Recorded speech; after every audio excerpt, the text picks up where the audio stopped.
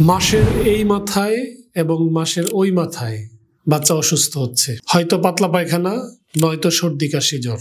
এর ফলে বাচ্চা মাস গড়াচ্ছে, 6 মাস হয়ে যাচ্ছে, বছর গড়াচ্ছে, কিন্তু ওজন বাড়ছে না। প্রথম 1 বছরে যেমন 7, 8, 9 কেজি ছিল, এখন বয়স 3 বছর, এখনো প্রায় কাছাকাছি। যেমন অনেক বাচ্চাদেরকে আমরা চেম্বারে অনলাইনে দেখতে পাই, যে বাচ্চারা সর্দি কাশি, পাতলা পায়খানা, জ্বর সহ বিভিন্ন অসুস্থতায় বারংবার ভোগে, সেই বাচ্চাদের ওজন বৃদ্ধি কম হতে পারে। অনেকটা সুপারি গাছে ওঠার মতো, কিছুটা উঠে আবার নেমে যায়, সময় শেষে যেই সেই।